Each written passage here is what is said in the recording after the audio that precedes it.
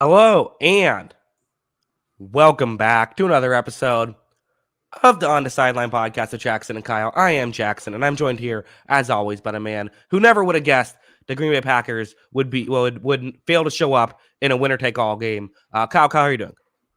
I'm doing good. What do you mean never guessed that? I mean, I did pick the Packers, I guess, but I feel like there's three absolute certainties in life, right? It's death, taxes, and then Aaron Rodgers and James Harden absolutely folding in the biggest moments of every major game, right? Yeah, is that technically four? Well, I'm lumping them all into one. I'm lumping the two players into one. It's okay. Sure. Yeah. I think so. I mean, let's just jump into it, Kyle. We don't need to do any pre-show. A lot to talk about as we have the final week of the season. We are done with the regular season. Regular season is over. Playoffs coming up. All this exciting stuff. But as always, starting off with the Sunday show, just what a collapse, right? I mean, how does this keep happening with Green Bay? Not just, again, you can talk about these miscues, but like Quay Walker for the second time this season getting ejected for pushing someone who isn't a player. You have the Rasul Douglas incident at the end of the first half. Like, what is going on in Green Bay that this stuff keeps happening? Yeah. This was a pretty even game. It was pretty evenly played. Green Bay made more mistakes, and that was really the difference. And a huge amount of credit has to go to the Lions too in this game, but it really felt like the Packers left some meat on the bone here and kind of, shot themselves in the foot. And the Lions were there to take advantage, and they were aggressive in this game. They didn't care about the playoff implications of the Seattle game. They went for it on fourth down multiple times. They were aggressive in their play calling. I loved everything Detroit did in this game. They went and played to win, and the Packers, they didn't even really play to win. They just played and made mistakes. I'm not sure if they were played. I don't know what they were doing. I mean, it's one of those things where it's like Watson. Yeah. Well, and then, that final interception too, that was like a great example of like Christian Watson's their offense. Kirby Joseph just says, I have a feeling you're going to throw it to that guy when we're showing a blitz. And, that he could have a one-on-one. So I'm just going to make sure that I'm over there. And then it's an interception. Yeah. Yeah, he comes up with a huge play on that one. I mean, there's a few shout-outs for this Lions defense this much maligned Lions defense this season. I thought Aiden Hutchinson, young rook, incredible. Kirby Joseph at the back, incredible. I mean, he should have had 2 picks. I mean, it was a penalty, so I can't complain about the illegal hands to the face, but it didn't have any impact on Rodgers' decision-making there. Throw. It was a bad throw and a bad decision. Joseph jumped the route. That's going to be a really fun duo for this defense to build around these next few years. Lions, I mean, you have to come away with this, even if you're missing the playoffs, you have to come away feeling really good if you're a Detroit fan, right? You get the 6th pick in the draft. You got 2 seemingly studs at rookies this season, and your offense is humming. You got these guys you got some players, and Jameson Williams had that huge touchdown catch that was also called back. He looks like he's going to be a player too. Yeah, I mean, there's so many players on the roster, so many starters, or at least contributors that are rookies this season for Detroit. Kyle, I was almost wondering, in a way, could this be the best thing to happen to the Lions? Obviously, you wanted to make the playoffs, but like, what were they realistically going to do? Were they going to go beat San Francisco in San Francisco and then beat Philadelphia in Philadelphia? Is this maybe not getting in, but being able to beat the Packers anyway? You can kind of hold it over the Packers of we had nothing to play for and still beat you. They're the team that should have been in. They're the team everyone's saying, next week everyone's going to say, oh, man, the Lions would have put up a better fight than, X team, whatever it ends up being. This is almost the best case scenario for morale. I don't know. I think it's like obviously the big thing in this one was Minnesota moving down to 3, obviously, or falling down to 3 last week kind of Hmm. changed things because there was an avenue for whoever was the 7 seed that it seemed like potentially to go on a run if they matched up with Minnesota. Obviously, they wouldn't have got that, but like this team played really good football the second half of the season. I don't think it's an absolute certainty that they're going to get blown out in either of those games or, run off the field. It didn't seem like this team was much of a mismatch to almost anybody with the way the defense had improved this season. And, on the other side, we're talking about the young guys for this Detroit team. I mean, Penei Sewell in this game just bullied guys. Absolute Hmm. bullied guys on this Packers defensive line. They had that awesome, little pitch play. He's out in like the secondary blocking guys on that little pitch screen pass. I mean, he was just absolutely awesome in this game too. I'm really excited for the Lions' future, and I felt like this team had some juice to it. What do the Lions do in the future? What's the move? Do you look for an upgrade at quarterback? Do you, work? Obviously, you got to work on the secondary. Uh, but is that just it? You just focus on defense? Yeah, I mean that's going to be the interesting question they're going to have to ask. I don't, you know, we're going to get into a lot of draft stuff in the offseason. We'll talk about that a lot more. Hmm. There's like I I would say right now probably 4 interesting quarterback prospects that are being looked at for the first round, but like is 6 too early for an Anthony Richardson like kind of project take your chance type? Probably. Do you want to use your 18th pick for that kind of player? That's a possibility. But there's also the national championships Monday. There's a just stud corner for Georgia who you probably have to take a long look at number 6 if you're going to be Detroit. I think that's something you got to look at because I think that's the first spot you have to address. I know Kuda had a bounce back season this year, but I think you really need to address that number 1 corner spot. And there is that guy there that could be very interesting for this team. Let's circle back to the. I think that's yeah.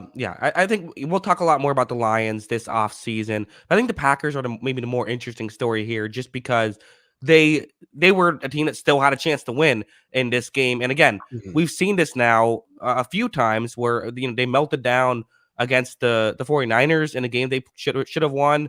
They now really melted down in this one as well. Typically I'm the guy who says, what do we see on tape? What's up the film? All that stuff. But I have to think like, do we got to start criticizing LaFleur here for his leadership? I mean, this has happened multiple times now. The head coach, I know Rodgers is the guy who gets the criticism because he always gets compared to Brady, but like the head coach is the guy whose job it is to make sure that players aren't going around pushing training staff guys, right? Like, I get there's only so much you can do. You can't make people do things, but like, do we start LaFleur? Big fan of LaFleur, incredible X's and O's guy. Is it fair to put some criticism to criticize him though for the fact that this team has a history now of melting down? Yeah. I mean, I don't know who to blame because, like, at the same time, like, what are you supposed? What is the teaching moment for Quay Walker when he shoves 2-hand shoves a medical trainer? Like, Uh-huh. what is the coaching moment there? Hey, don't be a dumbass. Like, I mean, Right. like, I just Mhm. don't understand. How do you blame Lafleur for that? I think it's easy to, there may be some things in this thing when it comes to discipline that you could blame coaches for, but the kid made a dumb decision. He made a dumb decision and got ejected from the game for it. And he's made a dumb decision twice this season. And I mean, he was playing a heck of a game this week, I thought too. I thought he did some really nice things in this game. It's just I don't know how to criticize LaFleur for that, but at the same time, it's kind of becoming a little bit of a pattern with this franchise. Well, yeah, and it's not just the Quay Walker incident itself. I mean, it's all there was the Rasul Douglas thing at the end of the half too. Like that's so, again, there were which I don't know if the Lions guaranteed make that field goal if that doesn't happen. I don't know. And it seemed like that was the weirdest thing because it felt like Rasul Douglas was like trying to get some mind games where he goes over and like knocks the ball away. And then they stop the play and he gets pushed a little bit and then he just slaps the other guy and then gets 15-yard penalty. It's like that's not how mind games work. If you're trying to do a mind Yeah. games, you can't then the second someone gets mad at you, hit them. Yeah. No, I agree. It was just a very bizarre performance of the Packers. It just seemed like I mean, the second half they were pretty atrocious and I mean, I didn't even think they were that good in the first half. They just got within field goal range 3 times. But yeah, I mean, I don't really know how you bounce back from this at this point. Where does this franchise go now? How do they continue? It was a very weird walk off for Aaron Rodgers as he was leaving that field. Where does this team go from here? Well, we're going to get a lot of Kyle. I hope you're ready for a ton of could Aaron Rodgers go to the, I don't know, go to the Jets this season or go 49ers? Well, is Aaron Rodgers going to retire? We're in for a lot of that. Yeah. And he's not. He's going to stay. He's going to we know it's going to happen. Stop it. Yeah. It's probably going to happen. But we'll all speculate. It'll be fun to talk about because we love to talk about trades that don't exist in the NFL. Uh-huh. But I don't know. We'll see because, I mean, I think it's fair to say that there was supposed to be some turnover to the Packers team this year, and some of the underperformances were, kind of expected. But like, you definitely didn't expect this. You expect to see this team flame out the way they did. Yeah, definitely not. And again, clearly what they need is a receiver, but we'll see whenever that happens. So I don't know. Disappointing for the Packers, somewhat bittersweet for the Lions. Want to move on? We spent a while on that game, but I think it deserved it. Yeah, let's do it. Well, let's just go to the team that, is tied in with those other two teams. The Seahawks make the postseason. Needed some help and a win. They got the win with some help by a couple of questionable calls that benefited them, but then they were able to take advantage and win this game. Kyle, your thoughts?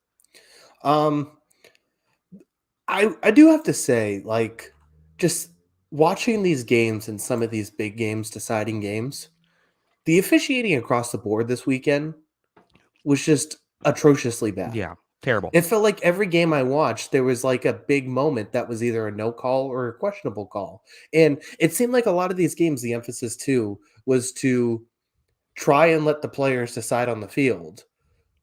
But then they also had like phantom holding calls, just, randomly sprinkled in there too, or, running into the punter when, he's clearly pushed. So, Yeah. there And is the just guy, I mean, it was running in the punter. The punter's foot was on the ground. So it's only if you hit the planting foot or if you don't give him a place to land. It was on the ground before contact was made. I mean, that was a terrible call. Yeah. I mean, this was, I didn't even think the Seahawks played that well in this game, but the defense did play well. Baker Mayfield had a rough afternoon. And it really seemed like the Rams were going to pull it out. They just couldn't put that one last drive together, it felt like at times. Jalen Ramsey was doing everything he could to win this game. Jalen Ramsey was unbelievable in this game. And it's just like the Rams just needed one drive. They needed one drive to win this game, pull off the upset, play spoiler. They couldn't do it. And, the Seahawks were able to survive. And, I mean, despite how they finished the season, they're in the playoffs. That's all that matters, right? Yeah, exactly. You're in the playoffs. You're going to play San Francisco, who, again, no easy task, especially to Brock Purdy, San Francisco 49ers. But, hey, they played them about a month ago, and they lost by 8. So it wasn't a complete blowout. The first time they lost by 20. So, maybe they can – we'll hear a lot of it's hard to beat a team 3 times in the seasons going into this one. That's going to be the narrative, right? And, the narrative but with this game was Geno. I guess he became Seattle's franchise leader for passing yards and completion percentage for a season. So, well, that makes sense. I mean, one thing, I had an extra game. Yeah, that too. That helps. But yeah, I mean, it was, there's going to be conversations about that. But unless this defense can continue to play like this, I just don't see it happening.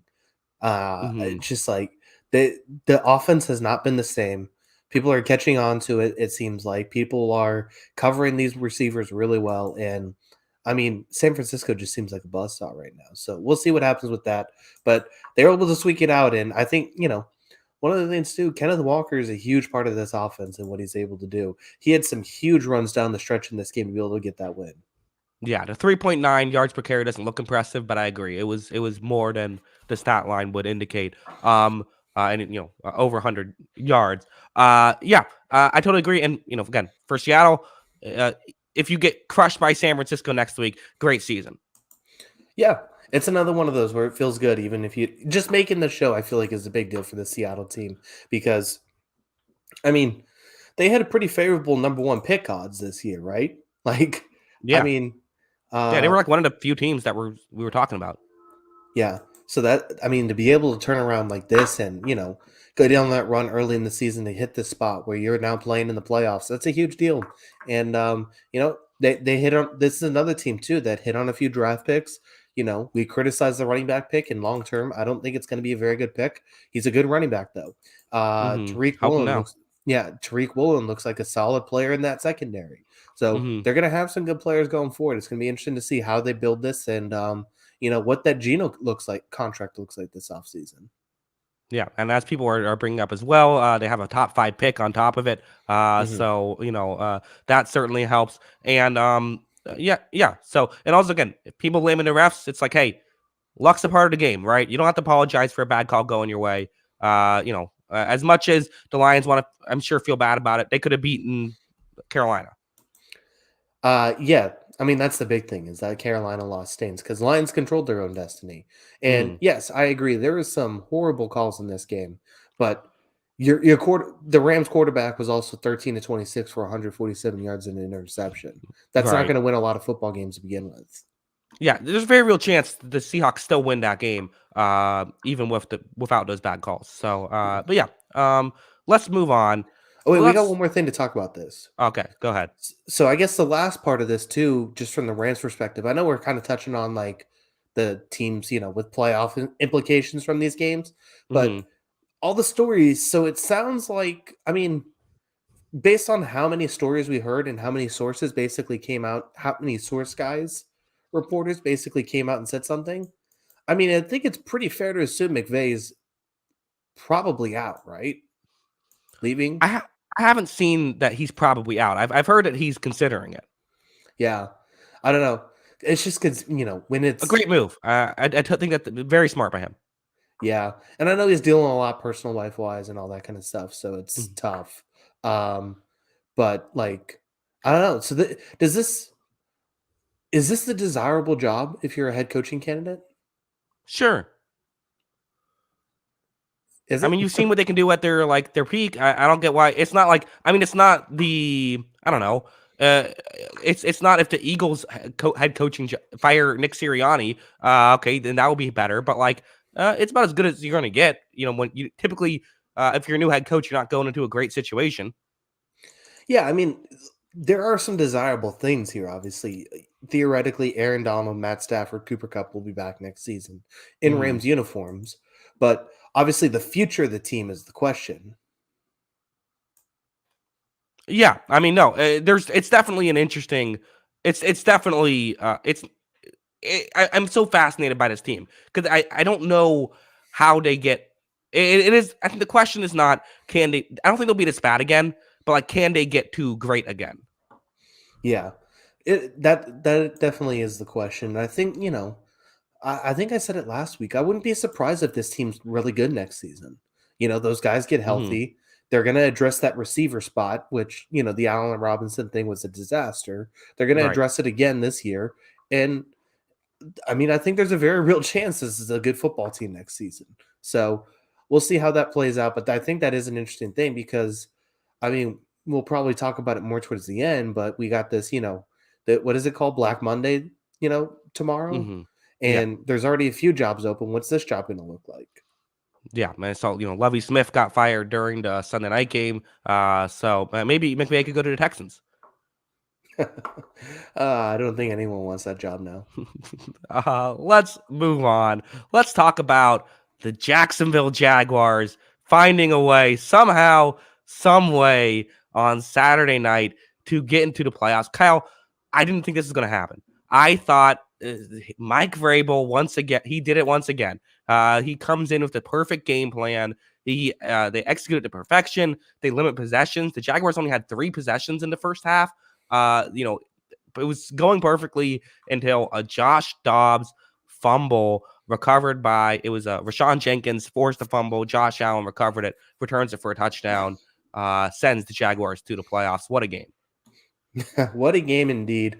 I mean, if you were gonna if you were going to tell McVay, not McVay, we've moved on. If you're going to tell Vrabel to script this game, this is basically exactly how he wants it to go, right? You know, like Jacksonville has one mistake on an early drive. They punt on an early drive, and then Tennessee just sucks the life out of the game. There's 3 drives basically in the first half for Jacksonville. They continue to suck the life out of the game in the second half, kill clock. Jacksonville puts together one more scoring drive, and Josh Dobbs makes 2 mistakes, and that's basically it. Yeah. I mean, yeah, that's really what it came down to was the and even the first mistake you could deal with. Also, we have a super chat, Zachary Stewart saying lots of quarterbacks learning from the GOAT tonight, motivating their defenses, their running backs, those yellow flags. That's greatness. That's what we want to see. Yes, Zachary Stewart, also a big Joe Flacco fan. But yes, no, back to the Titans and the Jaguars. I agree. This was exactly what they wanted to have happen, and there were even some early on, like those fourth down conversions early on for the Titans, like they knew they were underdog going in. They were fully saying like, we are the lesser team. We are going to play like underdogs. They got limit possessions, go for them fourth downs. It was perfectly done. Just if it wasn't for that, really was just not that fumble at the end. Yeah. I didn't even think Jacksonville played that bad in this game. They just didn't really have chances on the ball. They couldn't run One the ball. guy That did. was the big. Yeah. Yeah. I mean, we got to talk about Trevor Lawrence had a rough day. Yeah. I mean, he was rough, but I also think he made some big throws in this one too, and especially on that first drive that they ended up scoring on. I mean, it wasn't his best game, but I didn't think he was like atrocious. I thought he definitely had. I think he definitely left some meat on the bone in this one, but I didn't think it was his worst day either. The big thing is just that this offense couldn't establish a rhythm because they weren't on the field. They just weren't on the field for a lot of this game. I don't know. I mean, he didn't throw any turnover. He didn't throw any interceptions. That's the big thing. But there was a few open shots that Lawrence just missed that could have, that if they don't get that fumble at the end, the story was Lawrence missed too many throws, and that's why the Jaguars lost. Yeah, that's probably fair because he had another touchdown too. I think in the second half that he missed in the end zone too, right? Mm-hmm. So there was a couple plays there. You're right. So, but I mean, I thought they had a good defense for the Tennessee offense. I mean, like Derrick Henry, 109 yards looks like a good game, but there was a lot of times they had him basically wrapped up at the line of scrimmage. He broke a couple big runs, but there wasn't a whole lot going for him. And yeah, I thought it was a well played game for Tennessee, but when you're playing those small margins, a couple mistakes prove costly. Yeah, and I'll say this: say something nice about Trayvon Walker. Does a solid job. He does a good job when playing run defense against tight ends. Yes. Yes. You bullying the poor kid. No, I mean, yeah, I mean, he I thought he had a pretty good game, but I mean, I thought this Jaguars defensive line just They put played tight ends on him a better lot. than Yeah. the Tennessee offensive line. Well, right. Yeah. I mean, again, yeah. I don't know how the Titans almost made the playoffs. I don't know how they did it with this roster. Yeah, this is going to be a sneaky offseason team. I think there was some weird changes in the middle of the season. I mean, we talked a little bit about the GM thing. Like, this could be like a sneaky, like blow it up, change everything sort of situation. I think Vrabel's obviously safe. He's a great coach, Mm-hmm. but it seems like that there's going to be something brewing here, right? I have no idea. I think so. But again, we'll have to see who the new GM is. But I agree. Why not just give Vrabel the GM? It worked with Bill O'Brien.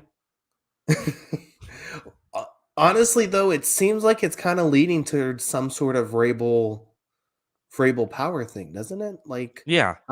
I don't know. It could end up being something like that. Yeah, I can see it. Or what didn't we have? What was like his son who wore like a weird costume during the COVID draft? Yeah, put him in charge. That's a good idea. Yeah, sure, why not? Yeah, no, interest again. A very fun game for these. The Jaguars, they're here, and again, their defense has been inconsistent at times. Defense got it done when it had to in this one. Could this Jaguars team be a real threat in this one? They're playing the Chargers. I could see them. I could see them winning that game. Yeah, they can definitely be the Chargers. I don't know about going into KC after that and winning there, but you know, I think they got good players on this defensive line. They're going to be able to get after, I think, Herbert a little bit in that game. They got a couple safeties back there who I think can make some real plays too. So yeah, I mean, I definitely think there's an opportunity they pull off an upset in that game. They, the offense has to play better than it did this week, but I definitely think that's possible. Yeah, I think so as well. Let's move on. Why don't we? Let's go to. Well, let's just talk about the all the playoff implication ones. Let's go to. Let's just rip off the Band-Aid, Kyle. Your New England Patriots, who for a second I thought they might do it, Kyle. I really did. Yeah, there was a time where I talked myself back into the game, but I mean the problem is that this team, this was another one of those games where I think there was a few calls I could have looked at and been like, well, what the heck was that? But at the same time, this team all season has found the stupidest possible ways to lose football games. Uh-huh. Just the dumbest possible ways to lose football games. And this week, capping it all off, they found a way to give up 2 kick returns for touchdowns. And it's just like, you're not winning football games if you're spotting in special teams 14 points. That's just unacceptable football behavior. That's not winning plays. This has been one of the most poorly coached Patriots football teams I've ever watched. And something has to change this offseason. There's got to be big changes. Offensive coordinator is the obvious one that has to change. It took Matt Patricia 18 weeks to realize that motion and play action were a viable use to offensive play calling. And the offense Mm-hmm. actually looked pretty good in this game at times. I thought they did good stuff. It took 18 weeks to figure that out, that, running play action is beneficial for your quarterback. He's got to go. The special teams has been a disaster all season. Cam Akers has to go. I think that's his name. Special teams coordinator, out. Offensive coordinator, out. Whoever's the quarterback coach, out. You got to restart this thing from scratch. Those 2 guys need to change. There's got to be major changes to the offensive roster. You need 2 new offensive tackles because our tackles stink. You need major changes to the wide receiver room. I mean, there has to be major changes to this team because there's just, I mean, we're the freaking New England Patriots. We shouldn't tolerate this kind of mediocrity that we have it for 3 years. We're basically the Indiana Pacers of the NFL when we've won 6 Super Bowls in the last 20 years. We shouldn't tolerate this. Yeah, I mean, well, I get it. It's just you're not that team anymore, Kyle. Yeah. I mean, we're probably not, but I mean, the whole point of the Patriot way was beating smarter and better than everybody else at that kind of stuff. Winning in the Mhm. margins.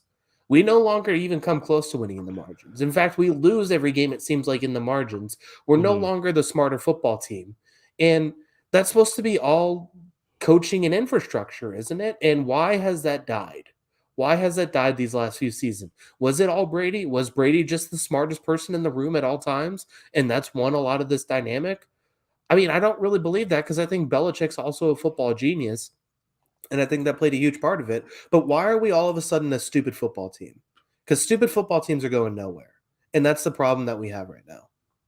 Yeah, well, I mean, to some degree, what's happened is in the past few years also is teams have gotten a lot more analytically inclined, and so while kind of and the league has gone one way, Belichick has sort of stayed where he's at.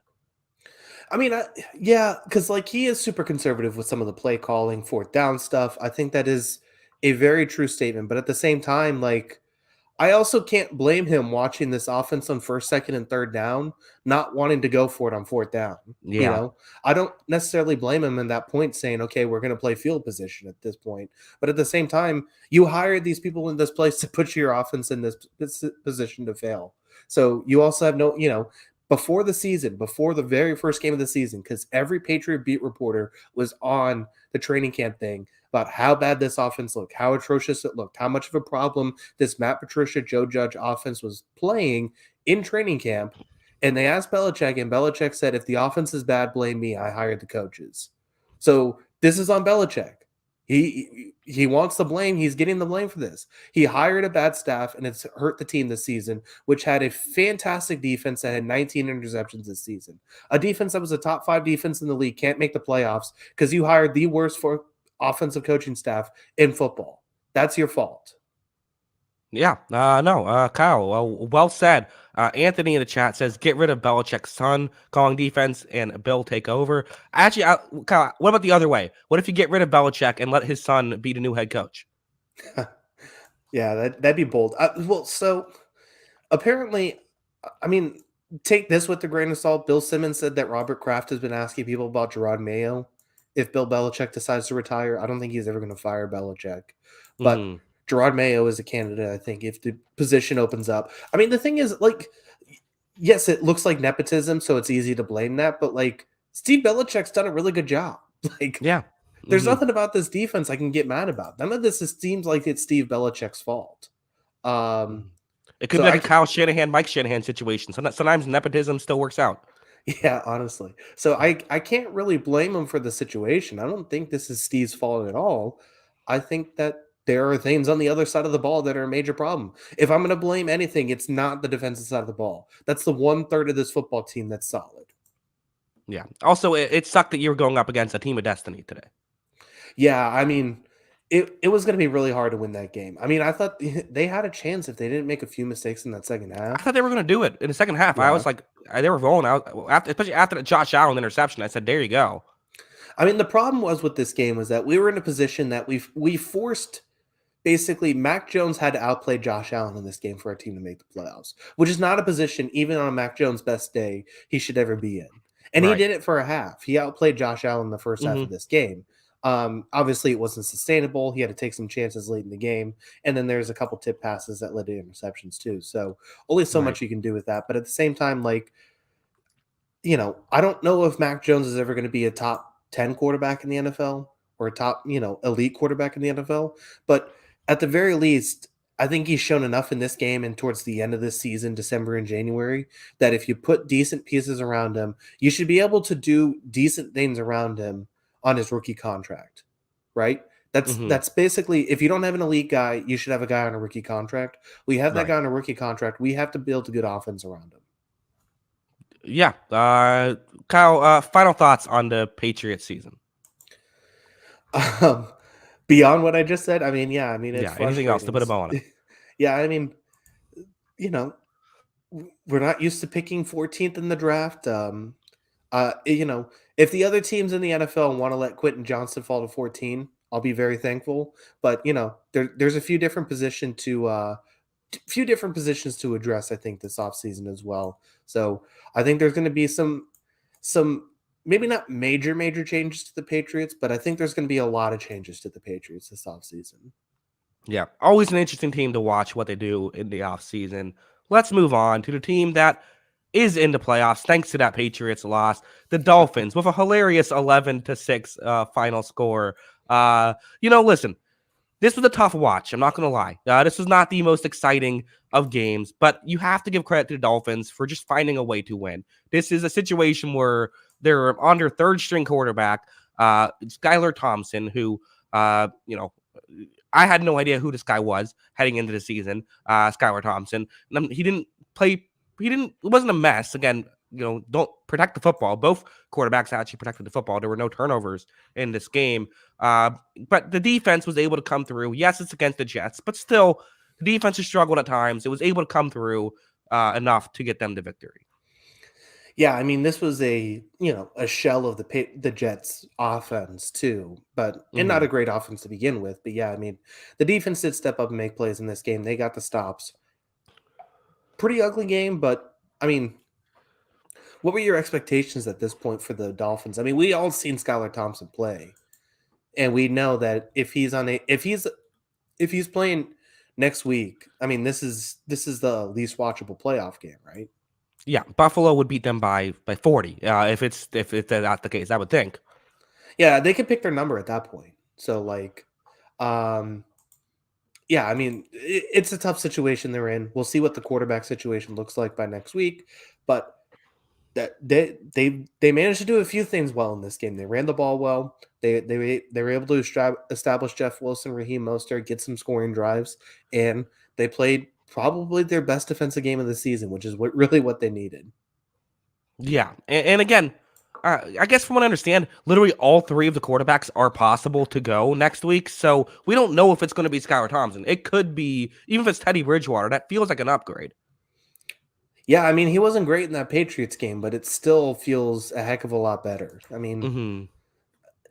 I don't even want to, criticize Skylar Thompson. He's put in an impossible situation here. Right. He's a rookie quarterback. Not everybody's Brock Purdy. So, Right. I mean, it's just like, it's a really tough situation to ask him to be like good in this spot. But at the same time, like, it's not going to work out if he's your quarterback. So it's an end of conversation. I don't know how that's going to work out. I mean, I don't like it would. I would be pretty surprised if Tua plays this year.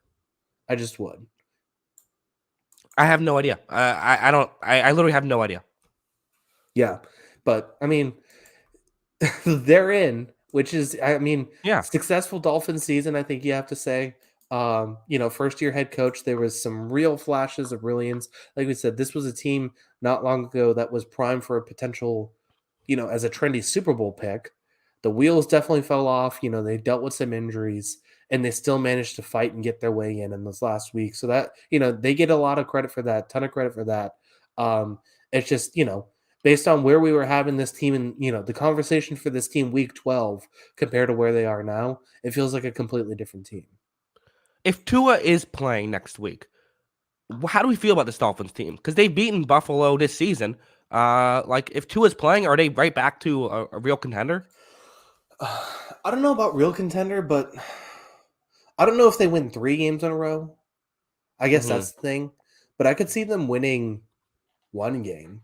I mean, I still think that, they can beat Buffalo because I don't believe Buffalo has good cornerbacks right now.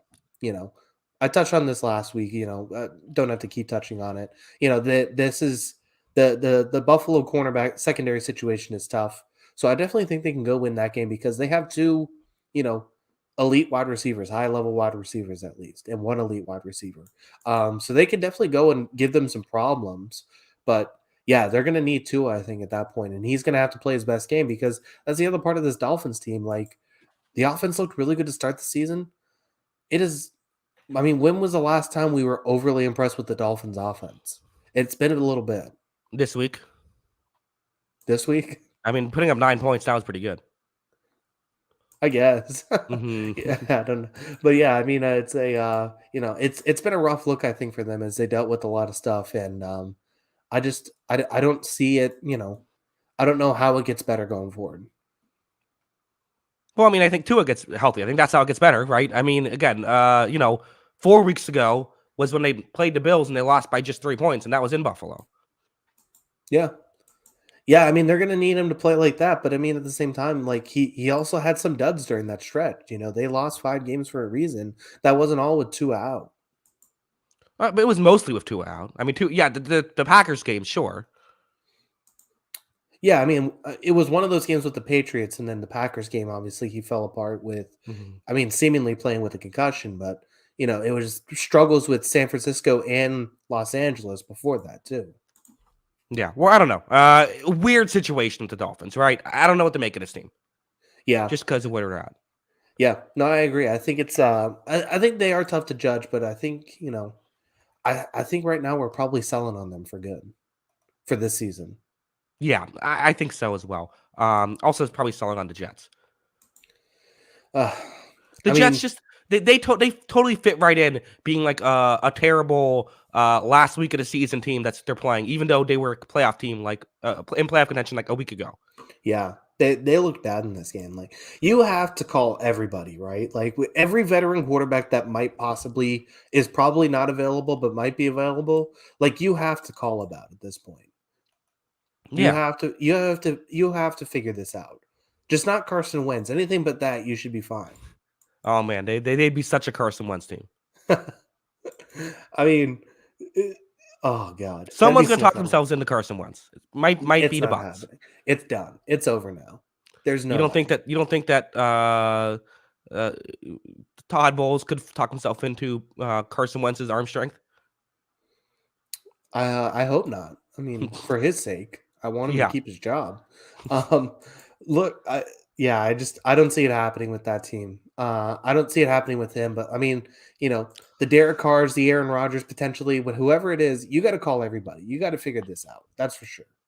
Yeah, I don't know if you're allowed to just call guys who are on other teams. We'll call the general manager. Yeah, call right. Yeah, make phone calls. Yes, I believe the Dolphins can tell you firsthand about how that goes. Yeah. Last thing you need is to lose your first round pick. Right, exactly. All right. So, well, I guess the other one that had playoff implications, albeit ended up not mattering. Steelers beating the Browns 28-14. Kenny Pickett again. Team looked definitely better with him out there. They were able to. Perform well in this one. I thought he played solid in this one. We did kind of see some Deshaun Watson. Kind of looked like he was Deshaun Watson again. He had some of those flashy plays that we've seen from him. Also, still made a couple mistakes, though. 2 bad turnovers. That was kind of the difference in this one. So for Pittsburgh, again, Mike Tomlin does it again. Yet another non-losing season for the Pittsburgh Steelers. 500 or better. That's the Mike Tomlin guarantee. Unbelievable they did it. A great run for the Steelers, even if it fell just short. It did fall just short, but definitely some positive vibes after the start of this season. And Pickett is going to be a fun player to watch, I think, these next few years. I think his ability to move by time, I think, is a huge advantage in this league. I think it's really going to help him going forward. And they got some nice pieces around him. Pittsburgh manages to draft really well at a lot of key positions. I mean, they don't draft first-round running backs that well. He did score a touchdown in this game, but they draft receivers very well. And George Pickens looks like an absolute stud. Deontay Johnson is still very good. This is going to be a good team offensively as these guys get older, get some more reps. So, good for them for finishing out this season. It's a bummer they couldn't make the playoffs because I thought they played some pretty good ball to end the year. It'll be interesting to keep watching this team going forward. Yeah. Kenneth Lee had a super chat of Matt Ryan to the Jets. That's a good one. I like that one. Just get him and Carson Wentz. Let them compete for the job. Ooh, yeah, that's good. But yeah, absolutely. I don't know. Again, I don't know. What do we make it? I guess it's a good building block for the future, right? For the Steelers, you got Kenny Pickett to play in a big game with playoff implications. See how he looks in it. He looked good in it. You had no expectations for this season, but you had a rookie quarterback come in and play well. You had a rookie wide receiver come in and play well, as you talked about. This is a great season for the Steelers. Yeah, I think it's a pretty good season. I mean, I don't know, I was really selling this team preseason, and I felt like I was right by week 8, and I'm like, okay, I'm ready to sell this team. We'll see if they end up in number 1 pick territory, and they just kind of fixed themselves. They kind of figured some things out. TJ Watt getting healthy also helped, so yeah. That was a huge part of it. But yeah, I mean, they got some pieces going forward. They're going to get some decent draft capital. It'll be interesting to see how they bounce back next season, because this division, I mean, I think we're assuming Lamar goes back to the Ravens. With Deshaun Watson getting a full training camp, all that kind of stuff. You assume that's going to get a lot better. This division doesn't get any easier going forward. That's going to be really tough. Yeah, no kidding. That could be a murderer's row. We'll have to see if Pickett can, join the conversation. He's not there yet, but he might be on his way. I don't know. Yeah, I mean, how do you feel about Kenny Pickett's rookie? Like, how do you feel from you? Is this a sort of a Baker Mayfield, Mac Jones kind of good rookie season? But let's see what you do your next. But I'm not convinced you're going to have a great next season. Or do you really feel like this could be something? Yeah, I mean, he had more interceptions than touchdowns, so I don't think we can say oh my God, this is the next Patrick Mahomes or anything like that. Well, but he got very unlucky with the turnovers early on, and I wouldn't agree with that. I think that he played very well this year. I think he did play well, but I mean, at the same time, I would probably put it in that Mayfield Mac Jones category. They both had solid rookie seasons. We'll see how they build upon it. I don't think there's anything to be upset about for the season. I think you could still have questions about Pickett's ceiling going forward. I think that's fair, but I think he's a solid quarterback right now, and he looks solid. And I mean, the big thing, as I said, The big difference between him and those guys, though, is the mobility. He can really move, and that's just, a huge thing in today's game. Yeah, and again, like we always talk about, the advantage you have over the Browns and soon to be the Ravens, I would assume, is that you're not paying your quarterback now. You're on a rookie deal, so he might not be as good as those guys, but he doesn't have to be if he has more help around him. So it should be interesting to see where they go. Yeah, I agree. All right, so we have we got this one game. I probably should have brought this one up earlier. This is the other notable game to talk about as Oh the my gosh. Texans. Unbelievable. Can't even they can't even tank right, Kyle. This Texans team somehow a miracle in the final minute, just a desperation heave. They were up, and then Davis Mills said, "Don't worry, I got this. I'll start throwing some interceptions. We're not going to win this game. Don't worry, Texans fans." But then at the last minute, a miracle heave for a touchdown. They win. They go for two and get it. They win the football game and do not get the first overall pick, drop to number 2 overall. Incredible. Davis Mills had I think this was the highest variance of throws I've ever seen before in a game in my life. It's very Jameis Winston-esque. Yeah. He had some of the worst throws I've ever seen combined with some of the best. That 4th and 20 throw where the guy's just flailing around 5 yards ahead of the end zone thinking he's going to pick it off was one of the most amazing things I've ever seen. Jordan Akins just catches that in the end zone. And honestly, this is good. I'm glad they won this game. I'm glad they don't have the number 1 pick because this franchise does not deserve the number 1 pick the way they're behaving. And I think that this team definitely deserves to lose that slot. I'm very ashamed of them. And I'm happy for these players on this team. I'm happy for Lovie Smith to go out a winner. I'm not a big Lovie Smith fan as far as the coaching goes, but I'm glad that this happened this way. I don't want this team to be successful. I don't want this team to be successful ever the way they're behaving with this stuff. Good. It's funny because Lovie Smith was the head coach of the Buccaneers when we finished worst in the league the year before we drafted Jameis Winston. And in the last game of the season, it was same situation where we had to lose. If we won, then we would drop out of the number 1 overall pick. And we were up like 10 points in the first half. And then Lovie Smith benched Mike Evans and then benched a couple other players too. And then we ended up losing. We blew the lead, lost it, and got the number 1 overall pick. So I thought about that when watching this game of like, it feels like Lovie Smith saying, you know what, screw you guys. I'm going to win it. Yeah, it definitely felt that way, especially with the report coming out like before the game. And like, I don't know, like we talked about this a little bit last year with Coley as the coach too. And like, listen, I definitely think like if you the NFL is a competitive market. It's a competitive game. If you can find ways to better your franchise however possible, go and do it. We talked about this last season. But who wants to apply for the Texans job at this point? Who wants to interview for this job at this point?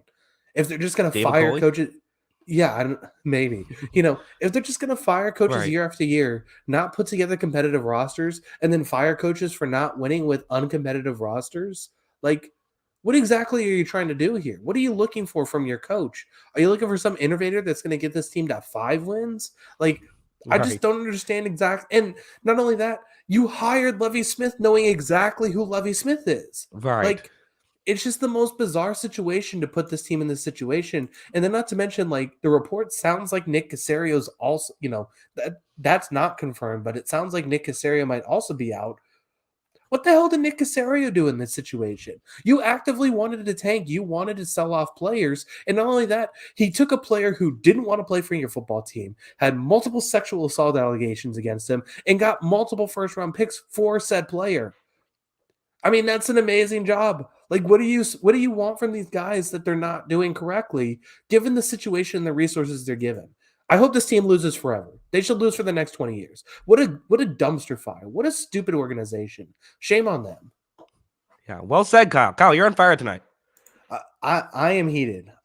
We saw some great football, but some of this stuff, I just, it's so easy to blame certain people. It's so easy to blame coaches. This is just so laughable that this is the situation you want to put yourself in. I mean, it's just it's sickening. It's sickening. And like I said, I mean, we both had Lovie Smith as the 32nd best coach in the NFL preseason before he even coached a game for this team. And I thought he did a better job than I was expecting. 3-13-1, I was impressed. which is saying exactly what you said about the situation Lovie Smith was put in here.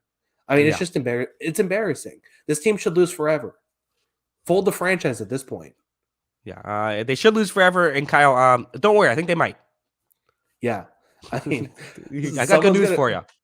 yeah, someone's gonna trade up and get the pick over them now too for quarterbacks. So that's Uh, even funnier. Yeah, well, let's just go to the let's do kind of a lightning round. I think for the rest of these games, let's not spend forever on maybe just a minute on kind of these ones because I don't know how much not a lot to talk about with some of this stuff. Because again, we'll do more of our season previews in the off season, all of that stuff. But I want to talk about the Bears. So Vikings blow out the Bears, whatever. But kind of for the Bears, number one overall pick. My thoughts about this stuff. Is there any logic behind taking quarterback here, Kyle? I mean, Oh, here, one second. Super chat before we Colts screw a yes. division rival and trade up to first. Ooh, that would be great. That'd be a great move if the Colts did that. That would be good. It'd make a lot of sense. I mean, it's position in need. So, yeah, I think that makes a lot of sense. I wouldn't be shocked if the Colts try and make a trade up. There's a few teams I think on the radar that could make a huge trade up. Anyway, refocus here. Vikings Bears. Yeah, so the Bears here played Nathan Peterman and Tim Boyle, who are two of the Masterclass worst. of tanking. Yeah, I mean, those are two of the worst quarterbacks I've ever seen, and they're both on your team. That's saying something. So I think, I'm seeing this pop up. You have to do your due diligence, I think, as a scout and GM, right? Like, you probably have to take visits from Bryce Young, CJ Stroud, these quarterback prospects. You probably have to take visits from these guys, right? At this point, like, at least get them in the building and see what they can do. For me, it's not an anti-Justin Fields take. I think I've been a little bit higher on Fields than you are at this point. But like I in a given situation, I am super happy to give Justin Fields a third year. I think Justin Fields has done some really nice things, and I think that he could be a really good quarterback in the NFL. I don't know that he's going to be a really good quarterback in the NFL. And the potential of getting a star quarterback is great. And I think that it's at least enough. If you feel like Bryce Young is going to be, if he's a Trevor Lawrence type prospect, like I think that might not be a terrible thing to draft him, sit him for a year, see what Justin Fields is. If Justin Fields is awesome, then you just trade him anyway, trade Bryce Young. And if Justin Fields isn't awesome, well, now you have Bryce Young. One of the two things basically has to happen. You have to be wowed with the quarterback prospect. It isn't just, we kind of like this guy. You have to be blown away by a quarterback prospect, I think, to take him. That's the first thing. Number two, you have to be wowed by Jalen Carter or Will Anderson, which are probably the two best defensive prospects in this draft class. If one of those two guys wow you, you take that and make sure you get your guy. Oh, I disagree. I completely. I think there's no way they should draft anyone other than quarterback first overall. I don't know. Like, the problem, I think what someone's going to give you probably at least multiple first round picks to get up to number one. I mean, the ideal situation is like if you like someone brought up the Colts. Like if the Colts at 4 give you the huge haul to move down to 4, move up to 1. Like that's the ideal situation because theoretically, then if there's those two top defensive guys, you get one of those two defensive guys still at 4. But I don't know, like. We're going to get a lot more into draft stuff. I think Jalen Carter is really special, and that's someone I would, ignore trade offers for. But I do think in logic, yes, if you're not taking a quarterback, if you're getting a huge offer, you should move down. But it'll be interesting to see how this plays out. I mean, I think to answer the question, though, I would say of those three things, quarterback is third on the priority. I'm looking at those defensive prospects. I'm looking at the trade offers, and then I'm probably looking at the quarterbacks. But it should at least be on your radar. You have to do your due diligence. Yeah, I haven't done the scouting. I think unless I'm completely blown away by a quarterback, I think I trade down. I think that's where I'm leaning right now because I like Justin Fields. I'd rather it's not an anti-Justin Fields take. I just think it's an interesting. Because again, for me, I'm always thinking if you can get a superstar quarterback, that's just like such a cheat code in the that guarantees you basically to be competitive for the next 20 years. So whatever you can do to do that, it's worth whatever assets you're giving up.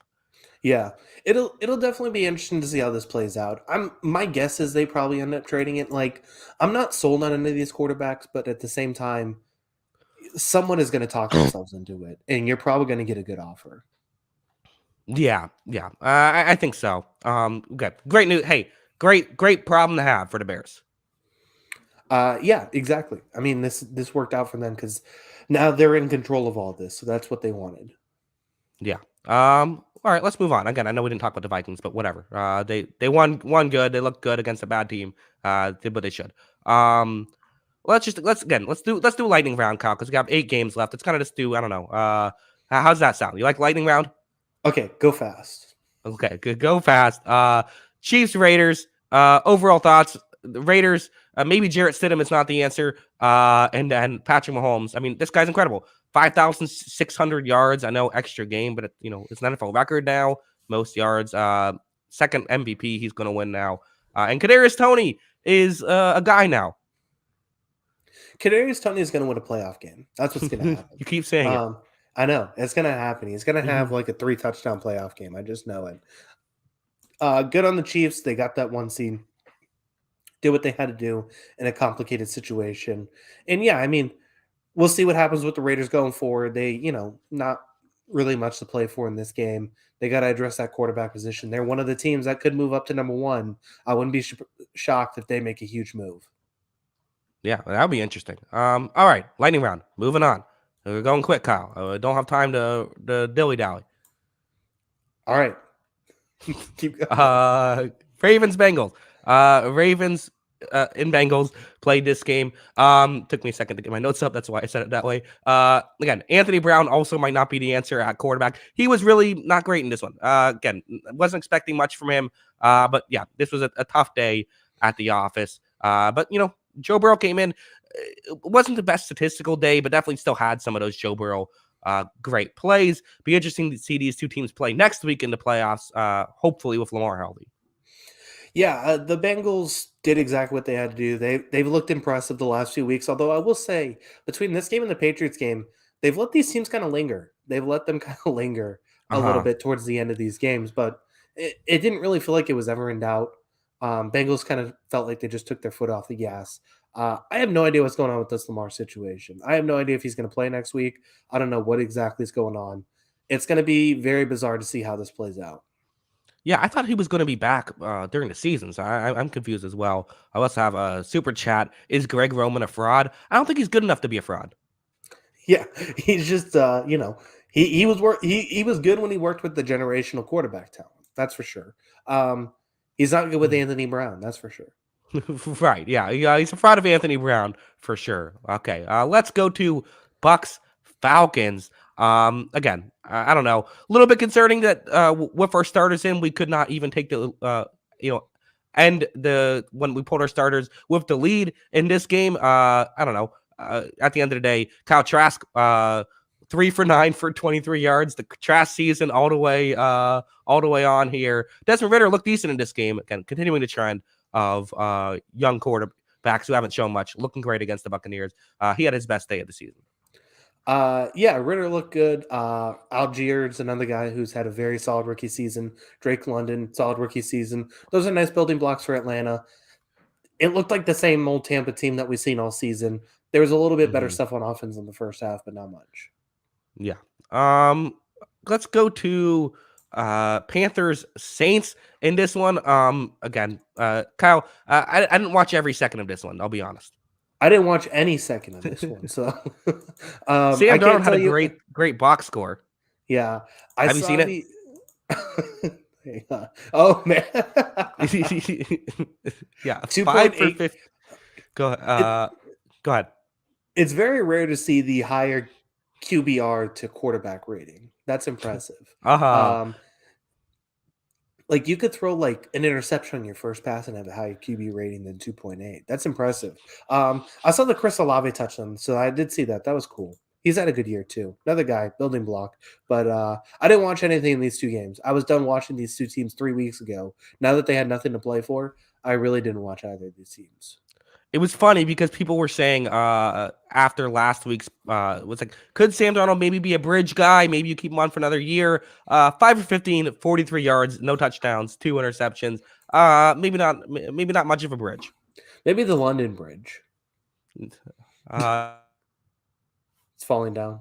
Get it? I lost your mic there. I can't hear you. What happened? Sorry, my bad. I think I accidentally hit it off. Yeah. No, I got the joke. Oh, okay. I got you. Yeah, we're good. All right, let's go to Cardinals Niners. This is the game. I mean, I don't know what's happened on this channel, Kyle, but like, Brock Purdy film studies are just like go. The highest viewed video of this week was my one Brock Purdy film study I made that has nothing to do with playoff implications. That's what the people want. Maybe. So do you think there's a lot of San Francisco fans, or do you think there's a lot of Iowa State alum?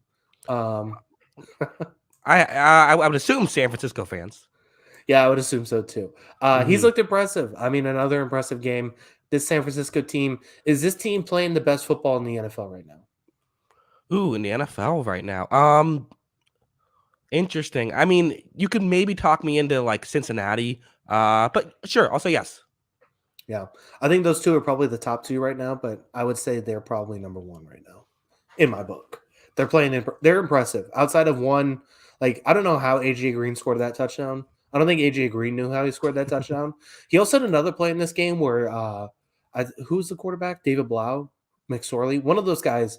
They look the same to me. One of those guys threw an interception, and AJ Green just stood there and watched the defensive back get up and start running away from him. And I'm just like, what are you doing, AJ Green? Just retire. If this is the level of effort you're putting into football at this point. Yeah, why is I think AJ Green's been doing this for a few years now. Yeah.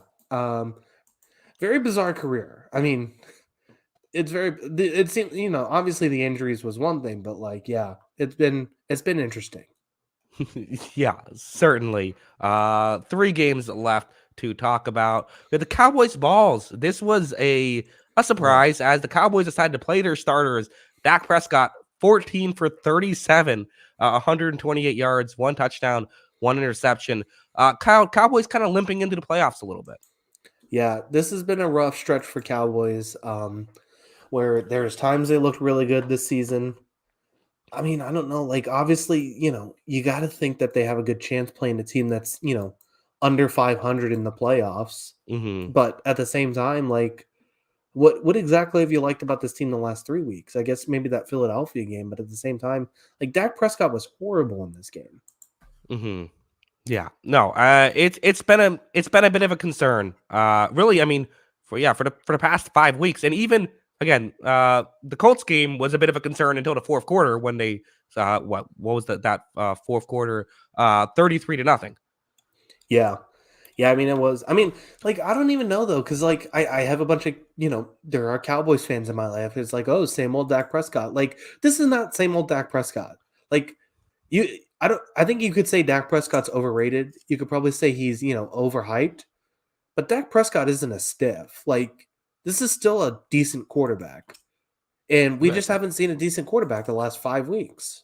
I thought it was heating up. What it was a couple weeks ago. I don't know exactly when it was, but a month ago we were saying like, "Oh, Dak Prescott, he's back. He's playing his best football of the season," and then now he's back to struggling again. Yeah, wasn't it the Philadelphia game that he had an awesome game? I mean, that was basically the one, and then it's like, I don't know. It's just we haven't really seen the consistency from him this season. We know he's a good quarterback. Obviously, the question is, can he be great enough to win a Super Bowl? But we know he's a good quarterback, and he hasn't played like it enough. Yeah. Giants. Sam Howell was decent. Oh yeah, definitely should have talked about. Yeah, Sam Howell actually looked pretty good. That was cool to see. Almost, which we saw more than just one game of him. Yeah, yeah. If he's played over Carson Wentz last week, is this team in the playoffs? Yeah, I think so. Yeah. Oh, that's granted. I think if you played over Carson Wentz last week, they're in the playoffs. Ron Rivera has to be fired, right? Like, yeah, I think so. That has to end. Hey, he could get a 1-year gig with the Texans. Yeah. Should the Texans just start offering contracts for 1 year? Don't even like give him like the 3 years and then fire him after 1. Yeah, I mean, probably better than to eat the salary at this point. Yeah, they got to start saving money somehow, I think. Giants Eagles. Eagles really, took a commanding lead from the start. We're up 16-0 at the half.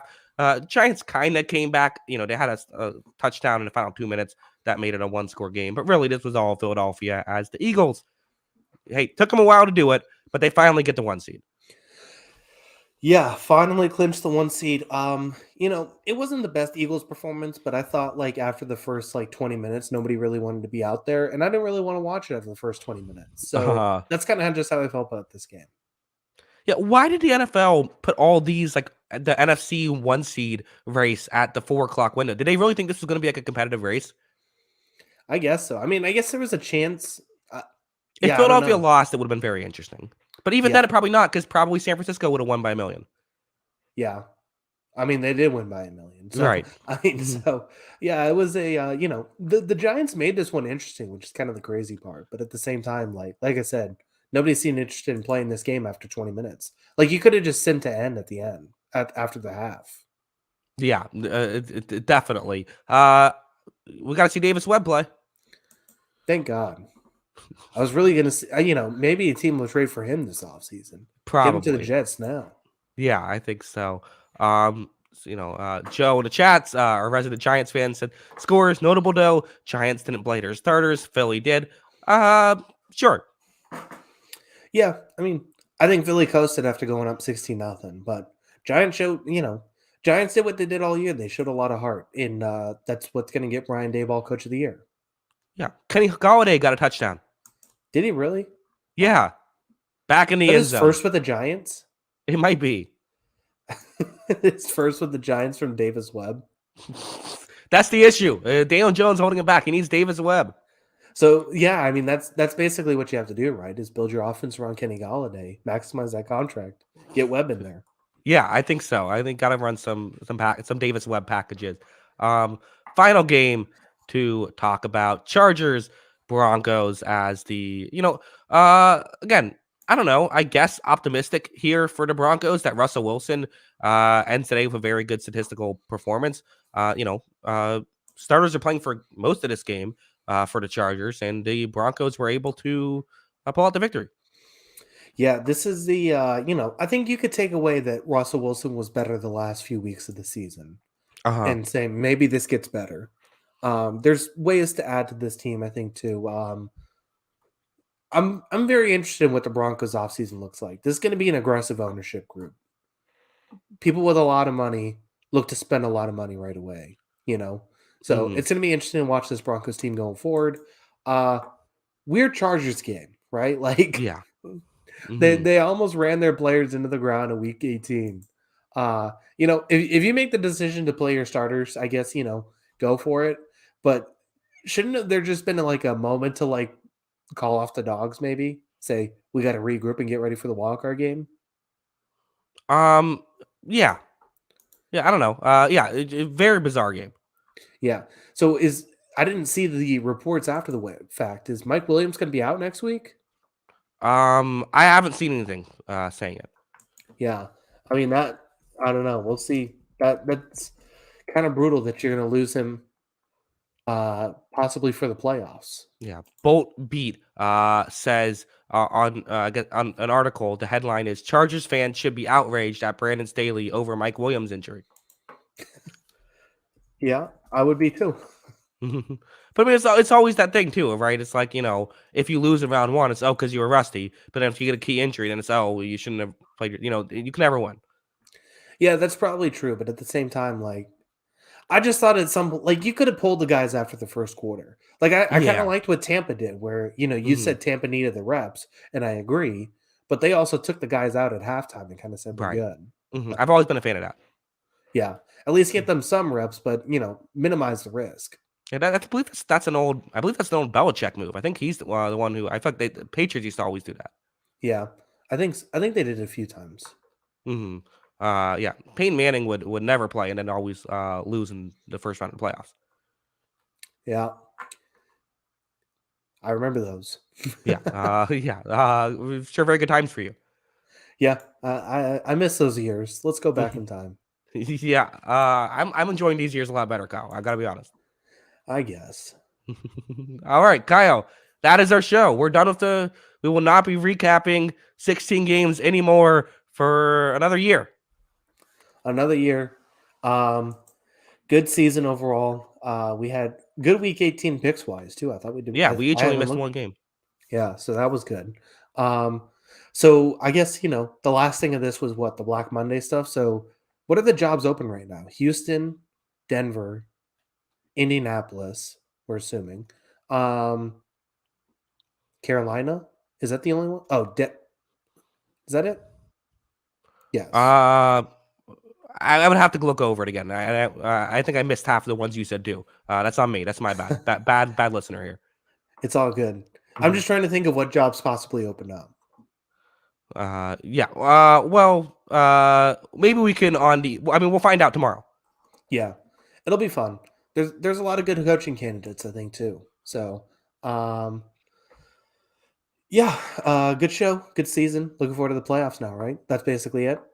Yeah, I'm excited for the playoffs. I feel like the playoffs have already started. I mean, with that Titans Jaguars game, the Packers have already gotten their choking out of the way early. I mean, playoffs are here. Yeah, they didn't even have to wait for the 49ers to lose a big game, too. So, good stuff for the Packers, making I it was so easy ready for for that us. storyline, though. I really was. Could you Packers imagine go. if they lost by like 30 to the 49ers again? I was thinking maybe this would be the one year they beat them because, like, no expectations. Yeah. Uh, I don't think it would have happened, honestly. No, probably not. But yeah, no, Kyle, great show. You do a great job here as my co-host as always. Thank you. I appreciate it. You do a great job as well. Got a little heated there sometimes with my rants, but try and keep people entertained. Yeah, no, that's good. I think the more heated, the better. Yeah. Are you going to watch the Natty tomorrow? Probably. Yeah. There's a handful of guys to watch. So, Yeah. Who are the main? So again, we did this during the World Cup. Give me the quick 60-second pitch on, or not pitch, but just like let me know the storylines. okay. Storylines. There's not a whole lot just because these two teams, TCU is not the traditional power. Georgia is Mm. huge favorites, obviously. They're a better team. They have more talent. TCU's kind of been this crazy Cinderella run, had some crazy results in this season to get to this point, including they basically had a hockey line change to get a field goal unit on earlier in the season to get a win.